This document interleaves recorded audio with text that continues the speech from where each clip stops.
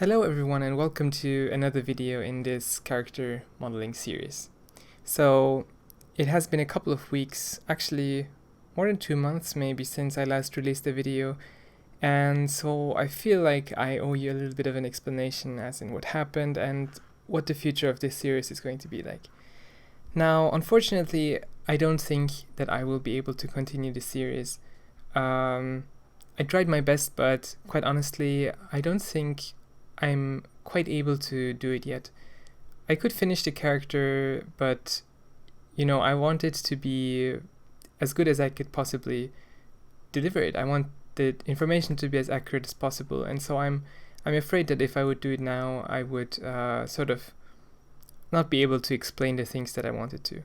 I think that up to this point, this series has been very informative, so I don't plan to delete the existing videos. However, I will need a bit more time to research various things before I can move on.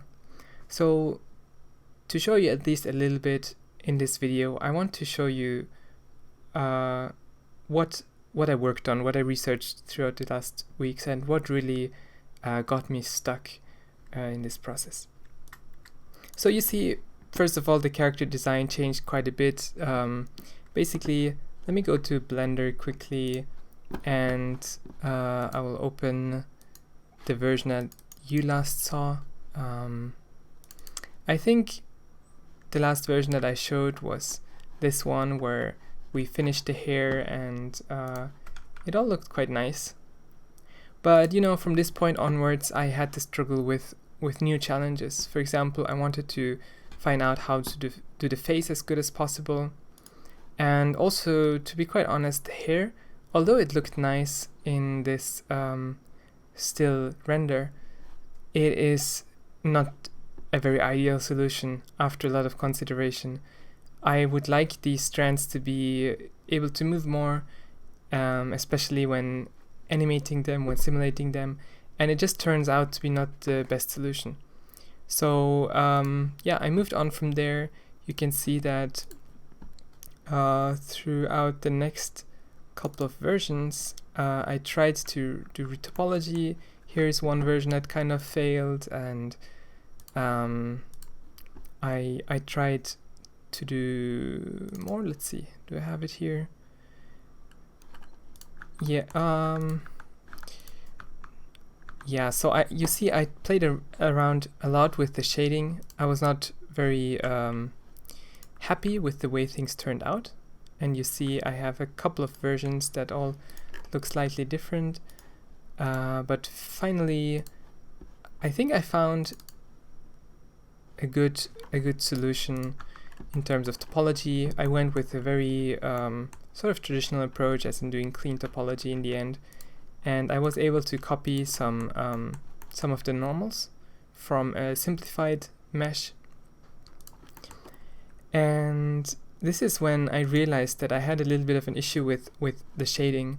With the directional light, it is going to be impossible to have more than half of the mesh lit. So I wish I could have sort of a, they call it a half Lambert shader, or sort of a gradient that goes over the entire object, and be able to select my threshold through that gradient. However, the issue with that is that you won't be able to have cast shadows anymore, because the shadows are always going to be starting here, since, well, it's a directional light. So there is some issues in this sort of rendering that are very hard to be avoided, and I was able to sort of think of an ideal scenario of sort of the tools that I wanted.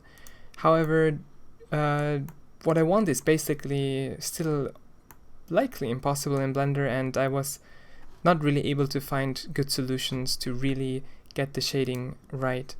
So this is one of the things I spent weeks on studying. I also looked a lot into the line rendering. You can see me here. I tried the inverted hull method a little bit more here. This doesn't look too good, but it was just a work in progress anyways. I also worked a little bit on freestyle lines, and this turned out to be quite a nice thing. Let me render that one more time. However, it doesn't transfer nicely to other tools. Like in Blender you could have some nice lines, but for one it's very difficult to get the lines nicely in the hair. That's a very difficult part. And also, well, as I said, it doesn't transfer to anything else. You would have to stay in Blender. So I collected some experiences here. And oh, by the way, the reason why I changed the hair, since I haven't explained that yet, is that I tried a different approach as well, where I wanted to have every strand individually and I would allow them to intersect, basically because in this way I would be able to apply some simulation along the strand eventually. And I'm very happy with the way the mesh turned out. However, it remains a challenge to render this nicely. So and also, by the way, I edited the phase 2. I tried to improve my style in that field. I also did a lot of practice, so that's another thing that sort of distracted me more and more from continuing this video.